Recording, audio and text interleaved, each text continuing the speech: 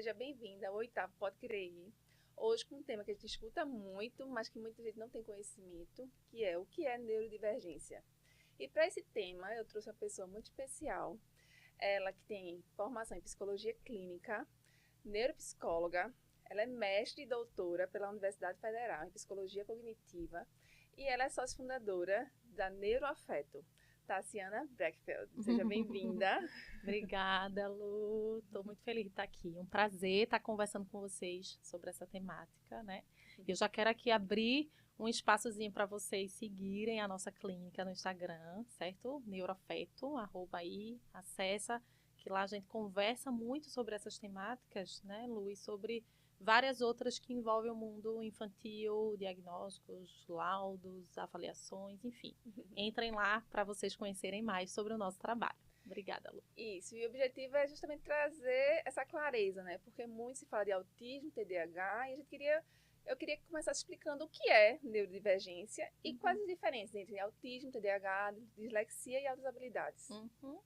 Veja só, Lu, quando a gente fala sobre neurodivergência, a gente está falando sobre um cérebro que funciona de forma diferente, certo?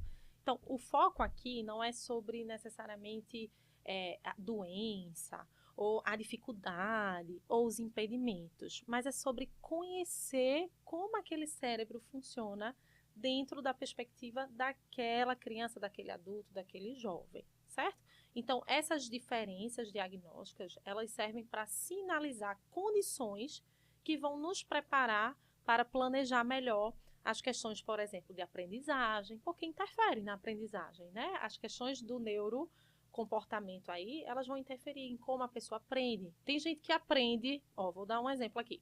Tem gente que estuda escutando música, Sim. né? E super se concentra e estuda. E tem gente que precisa de um ambiente bem caladinho, silencioso, para poder se concentrar e estudar.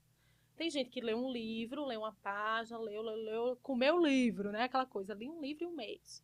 E tem gente que demora. Essas diferenças de funcionamento, elas falam sobre essa organização também da nossa cognição. Então, a neurodivergência, ela vem trazendo essas diferenças de funcionamento cerebral. Para isso, a gente tem alguns diagnósticos, certo? Que são autismo, a gente tem o TDAH, né? Que é o transtorno de déficit de atenção, hiperatividade. A gente tem dislexia, a gente tem a condição da superdotação em altas habilidades, que não é considerado uma doença. Então, assim, essas diferenças, elas estão no modo como a pessoa vai funcionar, tanto do ponto de vista comportamental, como do ponto de vista de aprendizagem, tanto formal, escola, como aprendizagem do mundo, né? Então, a pessoa que tem aí autismo, ela tem um funcionamento de aprendizagem desse mundo diferente de uma pessoa que tem, por exemplo, TDAH. A gente tem crianças e adultos com TDAH, por exemplo, que têm uma hiperatividade comportamental, outros têm uma impulsividade de pensamento, que dizem assim, tá, se minha cabeça não para, né? Eu deito, mas minha cabeça continua pensando. Tem uns que tem aquela sensação que passa a mosca e eu vou me embora na mosca, já me desconectei. Então, cada um vai ter uma vivência comportamental e de aprendizagem diferente. Essas características, elas vão somar compondo um critério diagnóstico. E para isso é importante o critério diagnóstico para a gente poder pensar planejamento de como ajudar, que é o que a gente chama de intervenção. Quanto mais precoce, ou seja, quanto mais cedo, melhor, para a gente fazer esses ajustes, né, do ambiente, da casa, da família, para a pessoa funcionar melhor. Então, a ideia são essas diferenças que compõem comportamento e aprendizagem. Isso é muito importante, porque as pessoas acham que é uma deficiência, né? E, na verdade, isso é uma maneira diferente. Então, a importância de identificar o mais cedo é que a gente vai adequando para que essa pessoa tenha uma qualidade de vida melhor. Exato. Né? Então, eu sou uma mãe, tenho 2 filhas, e a mais nova ela é diagnosticada com autismo, hoje ela tem 5 anos, mas desde os 2 que eu identifiquei o atraso na fala. Né? Porque com 2 anos a criança já tem que estar falando palavras e começando frases. Não é isso? Poucas palavras, certo? E frases curtas. E frases curtas. E minha filha nem falava palavras, assim, muito poucas palavras ainda. E aí eu coloquei no fono. Então, é muito importante ir procurando essa ajuda, Sim. né? Gradativamente, também não precisa, minha filha não fala, vou sair procurando todos os médicos. Não, eu comecei com a fono. Isso. Só que aí você tem que ir vendo outras características. Ela começou também na escola, não tinha socialização, preferia brincar sozinha. E aí procurei um neuro. E aí essa ajuda toda, hoje, minha filha já faz terapia há 3 anos. Se você ver minha filha, ela parece ter um comportamento completamente normal. Porque é isso que é. Essa intervenção, ela vai ajudando a qualidade de vida. Isso. E eu Né? costumo dizer, Lu, que assim, isso é o mais importante, sabe? Às vezes as pessoas chegam lá na clínica, assim, procurando muito o nome das coisas, inclusive ficando chateados se o nome das coisas não são dados quando termina lá o processo de avaliação. Mas mais importante do que isso é a gente compreender como podemos ajudar, né? Aquele ser humaninho, seja criança ou quando é adolescente ou adulto, a ter um funcionamento melhor, né? A gente está acostumado a gente sempre se adaptar a tudo, né? Isso. A escola trata todo mundo, por exemplo, como todo mundo aprendendo daquele jeito, sentado naquela posição, quadro, aquela aula formal. E a gente está entendendo que o mundo não funciona assim. Somos diferentes. E para isso, os espaços têm o dever, inclusive, de se adaptarem também ao nosso funcionamento. Então, procurar ajuda, para que a gente entenda, olha, assim, fazendo pausas no estudo, ela funciona melhor. Ela tendo um ambiente mais silencioso na hora da prova, ela funciona melhor. Esses ajustes, eles promovem a ideia de que essa criança tenha um funcionamento mais adequado, né? Mais funcional, melhor para ela, né? E não seja taxada como uma pessoa, por exemplo, doente, né? Como a gente ouvia muito antigamente, né? Essa ideia de doença. Isso, mas o que eu vejo é muitos pais procurando um laudo para que o filho tenha algum benefício na escola, né? Porque quem tem TDAH, quem tem autismo, eles têm alguns benefícios, não é verdade? Isso. E aí o que eu vejo na prática também é isso. As pessoas estão preocupadas com o papel, o laudo, para mostrar, não, meu filho tem que ter essas condições especiais. Mas, na verdade, a gente tem que ter essa consciência de que esse laudo ele vai vir para servir para que a gente consiga adaptar aquela realidade quando realmente acontece. E aí eu queria trazer outro ponto sobre laudo. Como é que a gente pode fazer? Porque a minha filha mais velha, como a minha filha mais nova foi diagnosticada com autismo, eu fiz um teste de 10 sessões com a minha filha mais velha, que foi diagnosticada com TDAH. Aí eu levei esse teste para um neuro e ele disse, não, sua filha não tem TDAH. E aquilo me deixou bem confusa, que foi até um dos motivos de eu criar esse CREE, para que dê voz a essas mães que... O que a gente faz? Se nem até os médicos deixam a gente confusa. Confundindo, né? Verdade. Lu, a gente recebe muito, assim, eu recebo muito na clínica pessoas, famílias, né, que chegam confusas. E é isso mesmo que está acontecendo, né? Assim, a gente tem várias coisas para discutir aqui, mas um ponto é sobre essa banalização dos diagnósticos, certo? Então, eu recebo laudos, às vezes, das famílias levam 2 páginas, 1 página, ou fez um teste e diz ali, ó, tem TDAH. Ou até neuropediatra, neurologista, psiquiatra, certo? Assim, que também fazem ali uma anamnese, uma entrevista pelo que foi relatado, pronto, tem TAG, tem autismo. Então, assim, a gente está falando também de um processo de formação desses profissionais. A gente precisa conversar sobre as técnicas, né? O Conselho Federal de Psicologia, ele preconiza que os testes sejam manuseados uma vez que você tenha competência técnica para fazê-lo, para aplicar o teste, para corrigir. Então, assim, a avaliação, que envolve, o laudo é o final da avaliação, certo? A avaliação começa com entrevista, com o que a gente chama de anamnese, que vai desde a história da gestação, a gente vai para a testagem, a gente vai para a observação in loco da criança na escola, do adolescente, nos espaços de esporte. Então, a avaliação ela é composta por diversos pilares que vão dar condições da gente trançar os resultados quantitativos do teste com o resultado qualitativo, que é entender a dinâmica da família, a rotina, a história, né? De história clínica dessa família, tudo isso. Então, o laudo, ele é um documento, assim, muito delicado. Eu costumo dizer em aula que ele é um processo de pesquisa. Você tem que mergulhar ali pesquisando, referenciando, estudando, escrevendo. Mas inclusive a própria mãe, né? A Perfeito. própria mãe tem que estudar Perfeito. para ler e saber interpretar aquele laudo. Perfeito.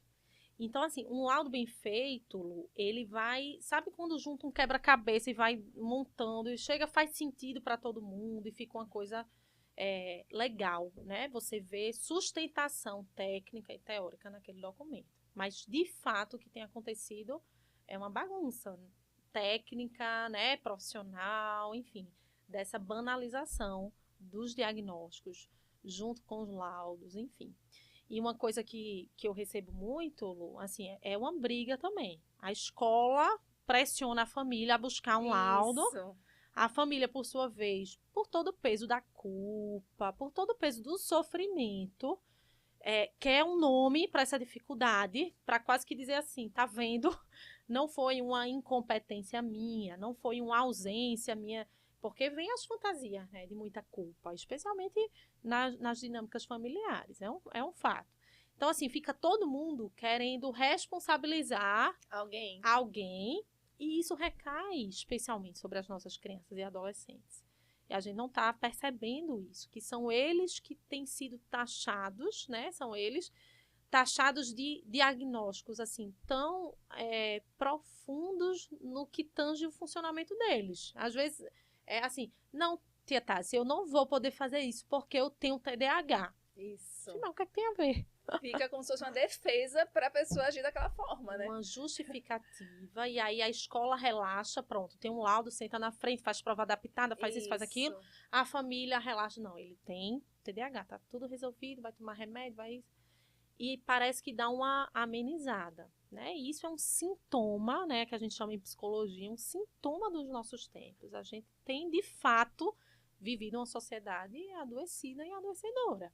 E não pode, né? A ideia de neurodivergente é a gente focar em promoção de saúde, Lu.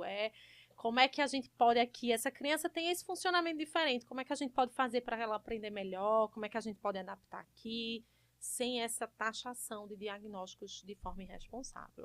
Mas no caso da mãe, porque quando minha filha era pequena, primeira coisa é quando tem a parte de desenvolvimento, né? Uhum. E aí as pessoas ficam, não, mas cada criança tem seu nível de desenvolvimento, vai avançando de acordo com a idade. E a gente começa será que minha filha está atrasada porque ainda vai vir o desenvolvimento? Essa cobrança da mãe. Uhum. E o tempo vai passando, e você vai sentindo que não, tem algo aí. E aí, como é que a mãe pode saber se é ela que está criando, que tem algo diferente, se é falta de educação que ela está dando, algo que ela está... Porque a mãe se sente muito culpada. E como é que ela pode estar trazendo essa clareza de que não é... que é ou não é, né, culpa dela, aquele atraso. Porque realmente pode a criança fazer um comportamento por falta de educação, de orientação da mãe. Pode ser uma falta de limite, de fato. Pode ser uma falta de limite. E aí, como é que a gente consegue saber quando tem essa diferença? Aí, Lu, eu indico, de fato, que a gente procure profissionais responsáveis no mercado, né? A gente procure um psicólogo da infância que vai ter lá os marcos do desenvolvimento para ele poder ver se aquela criança está alcançando os marcos, para entender na rotina. Eu costumo dizer muito em consultório, assim, quando recebo famílias. Às vezes, gente, é só um ajuste de rotina familiar. Às vezes é um ponto ali que você trata e, nossa, tudo vai se endireitando. Entendi. Então, assim, procura um profissional responsável, certo? Um profissional que tenha realmente a expertise, a técnica nessa área, porque ele vai poder fazer uma orientação específica no caso. Não é atraso, senão sim. O marco do desenvolvimento abrange aí uma janela de intervalo, mas ela já está atrasada. Então, seria bom investigar, certo? Ou se você está com muita dúvida, se eu estou botando limite, se eu não estou, se eu estou mãe permissiva, se eu estou mãe autoritária, buscam ajuda. Por quê? Porque um olhar profissional, esse olhar que não vai ter essa ideia enviesada sobre culpa, que família tem, né? Não, porque você é assim. Não, isso é culpa do pai, isso é a família da mãe. Principalmente quando a criança autista, ela se desregula emocionalmente. Exato. Porque quando a criança autista, diferente de uma criança típica, ela tem um momento dela. Você tem que dar o tempo para ela voltar a respirar e se regular. Isso. Mas aí, para a sociedade, muitas vezes, é falta de controle da mãe. Ela tá tendo uma birra e a mãe não tá fazendo nada. Muitas vezes eu fui olhada dessa forma. Estou em lugares públicos que minha filha tem uma crise e aí as pessoas, tipo, essa mãe não vai fazer nada, entendeu? Então, também é bem difícil essa Por situação. isso, Lu, que o apoio de um profissional, ele fortalece, inclusive, essa família, entendeu? Lhe fortalece na condição de não estar indo para o mundo carregando essa culpa, ou essa vergonha, né, que muitas famílias sentem e às vezes deixa de sair, deixa de se relacionar. Não, certo? Um profissional que vai compreender o caso, ele vai te direcionar nas fragilidades ambientais, promovendo estratégias, como também vai te fortalecer em como ali ser suficientemente boa para regular, como fazer, enfim, diante de uma sociedade tão massacrante que a gente tem, querendo robotizar todo mundo funcionar de uma forma igual, né? Então, assim, busca ajuda profissional, de um profissional que de fato tenha respaldo para dar tecnicamente uma orientação para você sair dessa confusão. Eu tenho até um exemplo que aconteceu com minha filha, porque é muito importante a mãe, a partir do momento que tem esse laudo, ela tem que buscar conhecimento. E conhecer bem seu filho. Porque muitas vezes a gente se sente culpada de ouvir um adulto e não ouvir nosso filho. E foi o que aconteceu comigo. Minha filha, ela foi para a escola, eu sempre busco minha filha na escola. E aí, quando eu cheguei para buscar, ela abriu a bolsa e fez, cadê meu cupcake? E eu, não sei se teve algum cupcake. Ela teve um cupcake, minha filha, 5 anos. Teve um cupcake.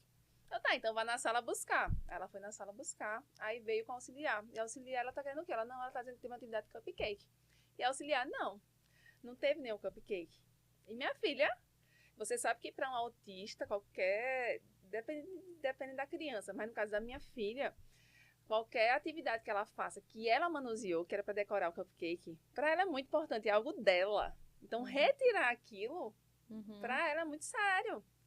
E aí, como uma criança de 5 anos, as pessoas olham, não, isso é birra, isso é coisa que ela tá criando. E ela começou a chorar ali na frente da escola, eu quero meu cupcake, eu quero meu cupcake, eu quero meu cupcake, e todo mundo olhando pra mim. E eu, o que é que eu faço? Peguei minha filha, botei no carro, e não, vamos embora, deve ser algo, se a auxiliar disse que não teve, porque não teve, né? Você confia mais no adulto.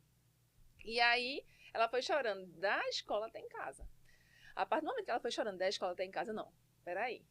Então, você tem que conhecer mais seu filho do que qualquer pessoa. Porque como ela foi chorando, não, teve algum cupcake sim. Liguei para a coordenadora, teve alguma atividade de cupcake? Ela teve uma atividade de cupcake, porque auxiliar não estava preparada e disse que não teve, porque houve uma mudança. Depois ela foi investigar e viu que teve uma mudança de horário. E uma não passou para a outra. Então, as atividades que tinham sido feitas. E aí, a auxiliar anterior guardou o cupcake dela na geladeira para não estragar e não passou. Então, assim, os profissionais também não estão preparados para isso, né? Para entender, porque qualquer outra criança, não, um cupcake, deixa para lá. E muitas vezes a criança deixa, ou então eu compro um novo e até teve uma mãe que fez, compra um para ela, amiga, compra um para ela, como se isso fosse resolver. Mas ela não queria um cupcake, ela queria o dela. Sim.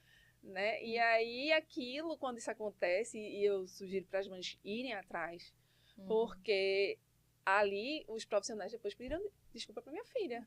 Foi um erro deles, não foi um erro da minha filha. Exato. Mas o fato de ser autista, ter alguma neurodivergência, sempre recai para a criança ou para a pessoa que tem. Exato. Essa neurodivergência. Eu tinha um paciente que tinha autismo, ela era criança também, 6 anos, Lu.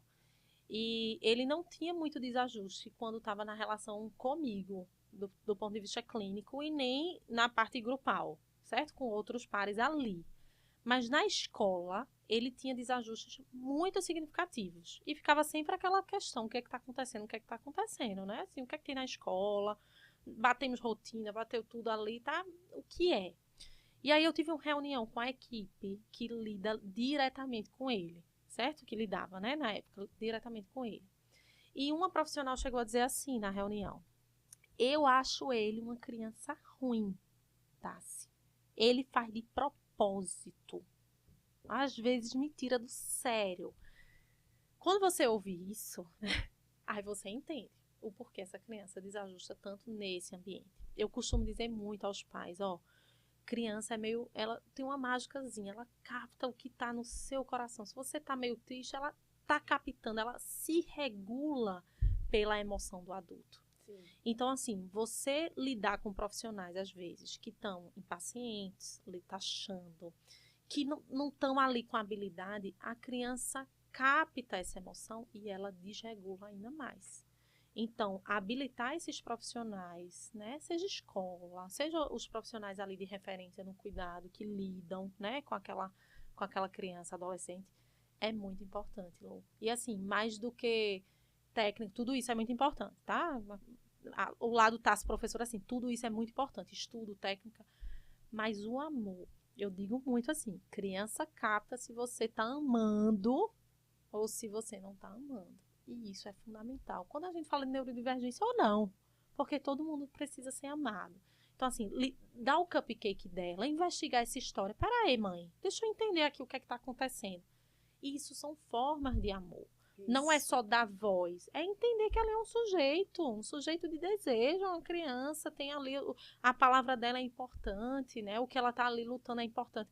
Deixa eu tentar entender. E se eu não entender, eu vou estar contigo nessa parceria para a gente dar apoio a essa criança que desregulou aqui. Então, assim, muitas vezes é sempre tirar o corpo fora. Já dizer que ela é autista, então ela vai desregular, é problema da mãe. Exato. Ou entendeu? taxar. É assim mesmo, é uma criança difícil, uma e criança o engraçado ruim. é que depois eu fiquei pensando, qual foi o momento que ela desregulou? Foi quando a auxiliar disse, não tem cupcake. Porque parece uma criança de 5 anos não tá entendendo. E a partir do momento que ela disse que não tem cupcake, tá chamando minha filha de mentirosa. Ela entendeu ali que ela estava sendo chamada de mentirosa. E qual é a pessoa que vai querer ser chamada? Entendeu? Exato. Então, assim, é muito importante estar atento, não só a sua criança, mas os ambientes que ela está frequentando. Perfeito. Porque isso faz total diferença. Isso. Eu sempre digo que o avanço da minha filha foi a parceria entre a escola, a clínica, né, que ela faz, a terapia e a família. Esse tripé aí, esses três, tem que estar muito juntos. Muito, para que a criança consiga evoluir e ter uma qualidade de vida boa, né? Exatamente. E a perspectiva de integrar, né? E não de responsabilizar, culpabilizar um ou outro. Não, é integrar as ferramentas. Eu costumo dizer assim na escola, ó, vocês não podem substituir o papel que uma família tem na vida dessa criança. Então, é como se cada um tivesse um pedaço da pizza, certo? Que compõe ali o todo. Qual é o seu papel? Qual é o teu lugar enquanto profissional da educação, enquanto auxiliar, enquanto família? Qual é o teu papel? Que é insubstituível. A escola não vai poder suprir isso, só você pode dar. Então, assim, cada um se responsabilizando pelo seu, integrando essas intervenções, tendem a deixar o processo muito mais leve e saudável para a criança, porque o objetivo é ajudar ela e não você se safar de qualquer culpa, enfim, responsabilidade, né?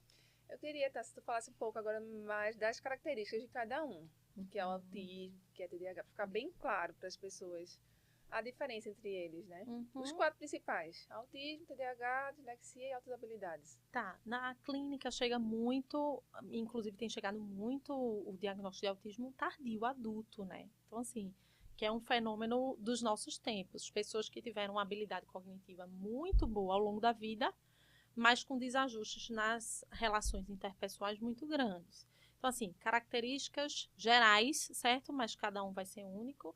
É a ideia de atrasos significativos, né, de fala, um atraso significativo de um funcionamento comportamental adequado ao ambiente. Então, isso pode vir com alguns desajustes, repetição, né? Tem crianças que têm uma dificuldade sensorial importante, a som, a algumas texturas, toque, físico. Então, tudo isso isoladamente não quer dizer nada, mas no contexto maior, que a gente vai precisar de uma avaliação clínica, pode ser um indicativo, certo? Dificuldade de aprendizagem de forma grande, com aquela rigidez cognitiva, né? Se não for do jeito que a pessoa quer ali, ela desorganiza de uma forma que chama atenção, né? Isso tudo vem aí dessa rigidez cognitiva do diagnóstico, Eu acho né? que é mais difícil de lidar, essa lidar. rigidez do autismo, né? Exatamente. Uma Porque- inflexibilidade muito grande. Então, assim, a gente pode oferecer, às vezes, alternativas, mas o cérebro não consegue flexibilizar possibilidades, o Isso. que deixa tudo muito travado, difícil de conviver, né? Além das questões verbais, né, de atraso importante pequenininho, e também isso pode se prolongar de uma forma mais significativa, sem fala nenhuma, só com alguns sons, enfim. O TDAH, a gente pode ter o TDAH do tipo desatento, do tipo impulsivo / hiperativo e do tipo combinado, né? Que são todas essas características juntas, tanto desatento como impulsivo como hiperativo. O desatento é aquela coisa mais geral que a gente já conhece. Eu tenho dificuldade de focar, eu tenho minha atenção concentrada muito curta, então uma palestra eu não consigo ver, um livro eu não consigo ler, uma aula eu não consigo me concentrar. Então é aquela dificuldade atencional do foco, né? De prestar atenção nessa concentração maior. A hiperatividade / impulsividade, ela pode vir uma hiperatividade motora, né? Então, no meu consultório, são crianças que não param, né? Não param. Às vezes, conversa comigo de cabeça para baixo no sofá, porque essa hiperatividade motora é importante. E isso pode estar no adulto também, tá? Essa hiperatividade motora, inquieta, balançada de perna, enfim. A impulsividade é a impulsividade mais do pensamento também. Então, é aquela sensação de que minha mente não para, tá? Se minha mente fica o tempo inteiro falando, eu não consigo me aquietar, eu não consigo me concentrar em nada, porque minha mente está muito agitada. Isso também é uma característica que pode estar no TDAH. Como tudo isso junto, aí compondo o TDAH combinado. A dislexia está mais vinculado à aprendizagem. Então, a gente tem trocas de letras, a gente tem engolir algumas letras. Então, a leitura e a escrita ficam um pouco travados por causa dessa dificuldade aí. A criança pode ter, quando é criança, certo? Uma resistência maior na parte alfabética, pode ter um atrasozinho comparado à escolaridade das outras crianças. Então, tem um atraso de leitura, pode ter um atraso de escrita. E isso deve ser uma dislexia aí que está atrapalhando a organização desse som das letrinhas com a escrita das letrinhas, certo? A superdotação e altas habilidades é uma condição, né, que inclusive a gente está vendo muito hoje em dia, essa hipótese, né, sendo lançada, porque não é um diagnóstico, mas são pessoas que têm um QI na avaliação dos testes, certo? Que são autorizados somente por psicólogos a aplicar, um QI elevado acima da média, mas em compensação a gente tem visto que do ponto de vista comportamental e relacional existe um comprometimento. Sim. Então são aquelas pessoas que têm, por exemplo, uma aquisição de conhecimento em temáticas, né? A gente está com um ano consultório que tem 4 anos, ela sabe nome de tubarão e baleia que eu nem sabia que existia. Eu vou lá pesquisar depois e tem. Então, assim, são crianças que têm um repertório verbal e de memória para conhecimento e habilidades, assim, muito significativas, que a gente, os pais costumam dizer assim, parece um mini adulto conversando comigo. Mas, em compensação, tem uma desorganização emocional muito alta. E isso atrapalha as convivências com os pares, isso atrapalha quando recebe um não, porque tem uma rigidez também. Então, é um cérebro também aí que está num funcionamento diferente quando a gente fala desse neurodesenvolvimento. E com relação à medicação, quando é que é indicado? Todos eles, dá para fazer um tratamento sem medicação ou algum diagnóstico? Não, esse realmente tem que ser com medicação. Uhum. Como é que é essa questão? Aí, Lu, a gente costuma falar assim, que após a avaliação, certo? Aquela avaliação bem feita, que vai trazer o laudo com todo o perfil neurocognitivo da pessoa lá, da criança, adolescente, adulto ou idoso, a gente vai ter uma dimensão do quão o prejuízo funcional está tão alto. O prejuízo emocional está grande e valeria a pena a gente fazer um encaminhamento para um psiquiatra, para um neuro, seja ele neuropediatra, enfim, para que haja o uso da medicação. Então, tudo vai depender do conjunto. Nem todo TDAH precisa usar medicação, nem toda pessoa que tem autismo precisa usar medicação, nem condição de altas habilidades precisa usar medicação. Não é assim, tá? O diagnóstico em si, ele não carrega o dever de usar uma medicação. O bom profissional, ele vai avaliar integrando todas essas questões, certo? Comportamental, adaptativa, que a gente costuma dizer. Como é que a pessoa se adapta às situações do mundo? Como é que ela lida com dinheiro? Como é que ela lida com não? Como é que ela lida com dia, noite? Com as coisas básicas da vida? Aí a gente vai pensando, idade da criança, o nível de comprometimento, os testes deram quão de comprometimento. Tudo isso vai ajudar o profissional a fazer uma leitura se a medicação beneficiaria ou não. Eu tenho experiências de crianças com TDAH que o benefício foi enorme, né? Assim, enorme. Crianças sofrem, né? Assim, elas sofrem, às vezes, quando estão numa desorganização muito grande. Às vezes as crianças dizem a mim, tia Tassi, eu não queria fazer isso, tia Tassi, eu não queria, elas sofrem, né? Então, assim, às vezes a medicação dá aquele banho químico que eu digo que o cérebro precisa ali para ela poder aprender a se controlar, a se regular e, ó, fica maravilhoso. E depois pode retirar essa medicação, né? Exatamente. A ideia é que seja, né, um acompanhamento que em breve essa criança tenha capacidade, né, ali adolescente, adulto, de em si mesmo ali com toda a terapia, os ensinamentos dele mesmo ter as estratégias de contenção, de avaliar. E isso eu não estou dizendo de ser uma pessoa robotizada e perfeita, não, porque todo mundo tem seu nível aí de, né, uma coisa aqui ou outra que sai do prumo, vamos dizer, Sim. e tá tudo bem, né? Mas a ideia é que essa pessoa alcance estratégias, né, assim, de funcionamento social e emocional que sejam capazes de viver sem a medicação, a depender do diagnóstico, do grau, do nível, enfim, certo? Entendi. E assim, para as mães, qual é a dica? Porque assim, o CREE, o objetivo maior é trazer mais tranquilidade para essas mães. A gente falou bem, acho que está bem claro o que é o autismo, o que é neurodivergente. Mas qual é a dica que tu pode dar para essas mães que estão começando agora, né? Esse caminho longo que é, porque quando você recebe esse laudo, o primeiro sentimento que você tem é assim, pronto, meu filho agora tem um carimbo pro resto da vida que ele não vai ser mais normal, a gente considerado normal para a sociedade, né? A gente se sente muito mal, muito culpado, como se a mãe tivesse culpa. E aí, qual é a dica que você dá para essas mães que estão ouvindo a gente agora? Primeira coisa, mamãe, um dia desse, gente, só fazendo aqui um parênteses, eu fui dar uma formação que não tinha nada a ver, era sobre inteligência emocional e tal, numa empresa, e a mãe, no final, me parou assim, eu tenho um filho, eu tô muito cansada, eu bati, me desregulei, assim, ela se abriu, não tinha nada a ver exatamente com a temática, mas foi ali um gatilho para ela se abrir. E eu costumo dizer assim, mães, a gente precisa ter espaço para falar, a gente precisa botar para fora, né?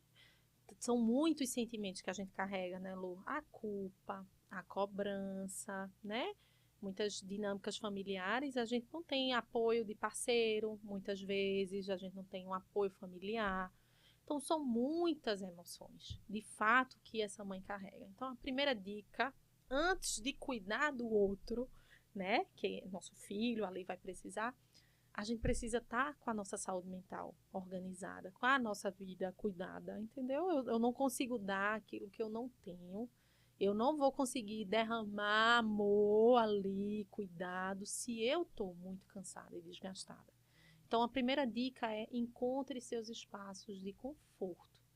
Amigas de confiança, ajuda profissional se você precisar, seus espaços de desligamento para você relaxar, seja aquele banho, seja aquele café da manhã mais cedo, acorda antes de todo mundo. Cuida da saúde física também, né? Seja sua atividade física que precisa, enfim. Eu acho que uma mãe que vai passar por uma jornada que não vamos romantizar, é desafiadora. Muito. É desafiadora, não vamos romantizar, Isso. né? Seja na escola, o período de escola, que um cobra, o outro cobra, uma criança que preconceito, tantas coisas vão vir. Mas o que torna uma jornada mais leve é a certeza que a gente não precisa caminhar sozinho, né? Então, mães, assim, você não está só, né? Você não está só. Encha o seu tanquezinho com esses pilares de autocuidado. para que você possa ter condições de enxergar melhor as necessidades do teu filho, de fazer escutas mais neutras em relação ao que a guerra que você vai comprar e aquela guerra que você nem vai. Isso aí, deixa, eu vou resolver aqui assim, dessa forma, eu não vou comprar essa briga, porque a vida vai ser isso, esse jogo da gente entender onde a gente entra, como a gente entra, o que é que a gente vai fazer, né? E não, eu não preciso disso. Então, a primeira dica é cuide de você, certo? Você não está só. Encontre uma equipe, né, que seja boa também, Lu. Eu costumo dizer isso, assim, tem equipes que são um suporte muito fundamental para a criança ter uma estabilidade a longo prazo, né? E isso traz segurança para a mãe, para a família, né? Então, assim, busca uma equipe, os apoios ali de intervenção com essa equipe que te traga também uma coragem, né? De poder ligar numa situação emergencial, de poder recorrer numa situação de desajuste. Não estou conseguindo, a escola está me cobrando isso, como é que eu faço? Tudo isso, uma equipe boa também vai te sustentar nesse processo. Então, minhas dicas são essas. Cuide de você e não esteja só na jornada. Monta uma equipe boa junto com você que você possa, de fato, contar no processo que vai precisar aí do teu filho. E, para finalizar essa parte da mãe, eu acho que o mais importante de tudo é entender que seu filho não é deficiente, que seu filho não está com defeito, que a culpa não é sua. Entendeu? Porque a gente fica... Porque a mãe chega a bater, esse exemplo que você falou, da mãe, chega a me arrepio aqui, porque dá vontade de bater, tipo, você ensina, e a criança continua, meu Deus, onde é que eu tô errando? E às vezes você parte para bater porque você não tá aguentando mais, porque você quer que seu filho siga aquele padrão. Toda mãe, quando tá grávida, ela cria uma imagem do filho perfeito. E quando a gente recebe esse laudo, entende que seu filho não vai ser perfeito para o que você idealizou, mas seu filho é perfeito da forma dele.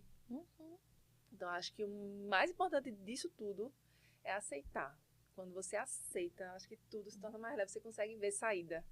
Porque enquanto você não aceitar e querer que seu filho siga aquele padrão, ele não vai seguir, porque ele é único, principalmente o autista, né, que é um espectro, então cada criança vai ser única. Então, você querer fazer uma criança seguir o padrão, quem vai se acabar é você e a criança. E eu costumo dizer, Lu, que isso acontece independente de neurodivergências, tá? Esse processo de construir o filho na nossa projeção, ele é independente, né? Assim, seja o filho que tenha ou não tenha condições diagnósticas, a gente sempre está projetando em cima do filho, né? Isso. Quero que seja bem sucedido, escolha isso, case, faça tal curso, faça tal viagem. A gente sempre está projetando, né? Então, quando os livros falam assim, né, em relação à neurodivergência, não, é um luto, é um processo de luto. Sim. Sim, né? Em parte é um processo de luto que toda mãe, em qualquer condição, vivencia, né? Que é a ideia de uma morte de expectativas para que, de fato, a gente conheça o filho que vai ali te mostrar quem ele é. Né, te revelar as potencialidades dele, porque o diagnóstico não é uma impressão só de dificuldade. Eu costumo bater muito na tecla, assim, qual é a qualidade dele e o que é que ele faz tão bem, né? Porque senão fica só o marcador do não consegue, não pode, não pode. E não do que ele é bom, porque quando a criança autista, em algo ela vai ser também, tem uma condições melhor do que as outras crianças ali. Por exemplo, minha filha, para montar quebra-cabeça, é impressionante. Até a professora fala, nossa, Luna, ela monta muito rápido. Então, eles também têm habilidades melhores em outras coisas. Então, a gente tem que estar sempre colocando na balança, né? Não focar só no negativo. Agora, essa questão de focar no negativo também é a cobrança externa, né? Isso. Então, eu costumo dizer isso, quando você aceita seu filho como ele é, essas condições, acho que tudo ao redor melhora. Aí você falou, não, mas a criança típica também tem essa questão da projeção, mas na criança com neurodivergência vai ter uma dificuldade maior. Exato. Porque ela tem essa rigidez cognitiva, por exemplo, por mais que você está fora e ela desregula, você pode fazer o que você quiser, ela não vai regular porque você quer. Exato. Você que vai ter que aprender a ter paciência. Exato. Entendeu? Então, quando você vira essa chave, eu acho que tudo começa a fluir. Tudo melhora, né, Lu? Em termos de aceitação e de encarar o que precisa ser encarado, né? Assim, precisa passar por esse tempo do processo, né, de de expectativas frustradas, às vezes de sonhos. Eu tive uma família no consultório, estava me lembrando deles. Eles tinham uma viagem em casal, planejada, desejada, paga, a viagem estava paga.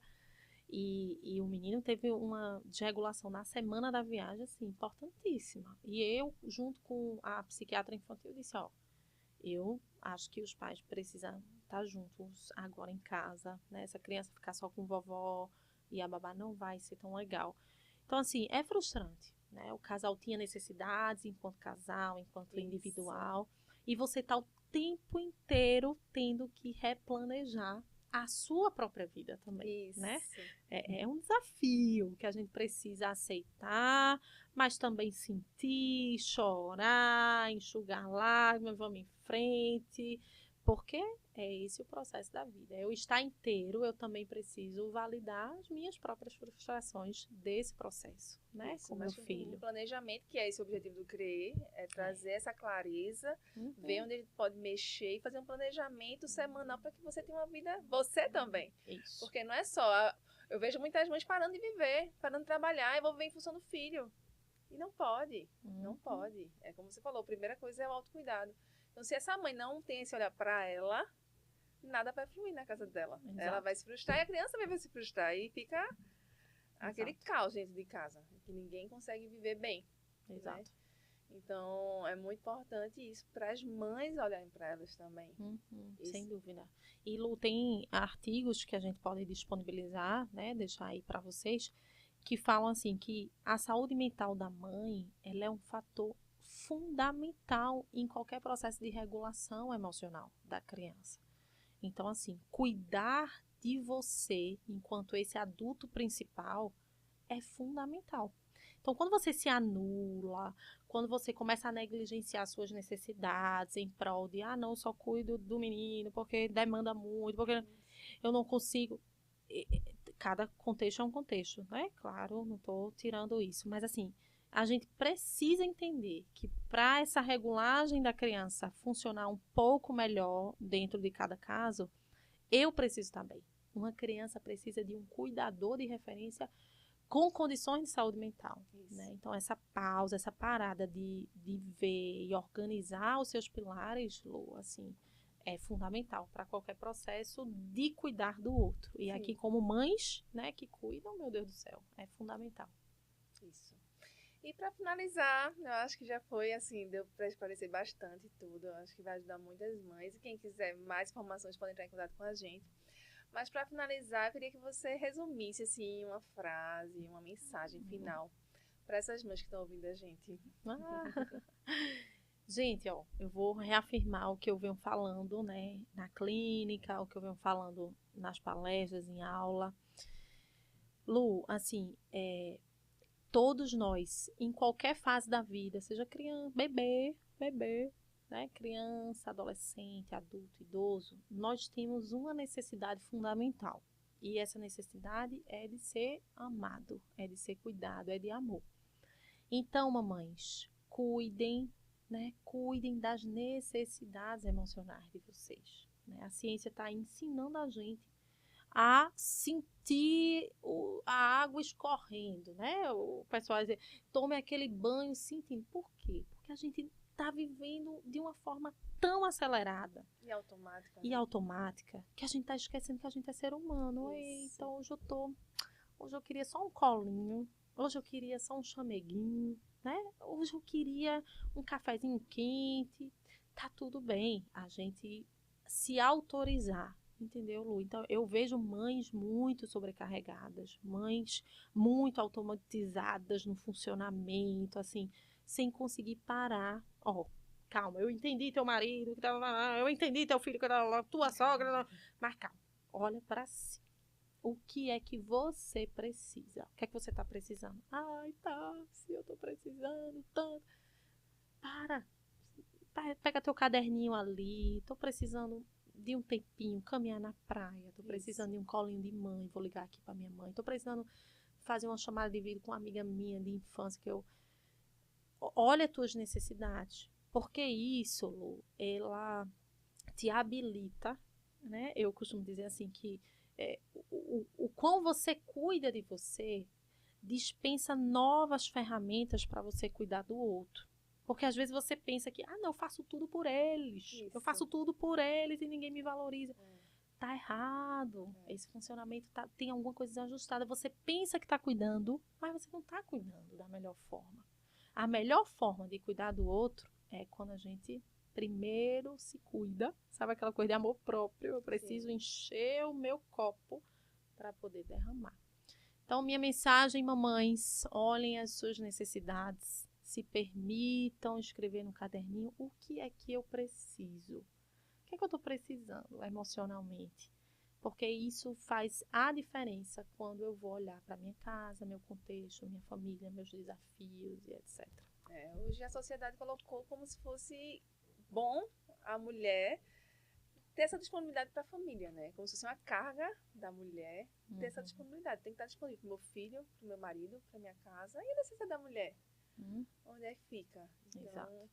As mulheres estão ficando doentes. O burnout materno é gigantesco justamente por causa desse detalhe. E muitas vezes as pessoas não conseguem fazer isso sem um olhar de terapia, de mentoria. Exato. Então, se você está aí precisando de ajuda, entre em contato com a gente. Eu queria agradecer, eu acho que foi maravilhoso esse encontro. E é isso, siga a gente e comente.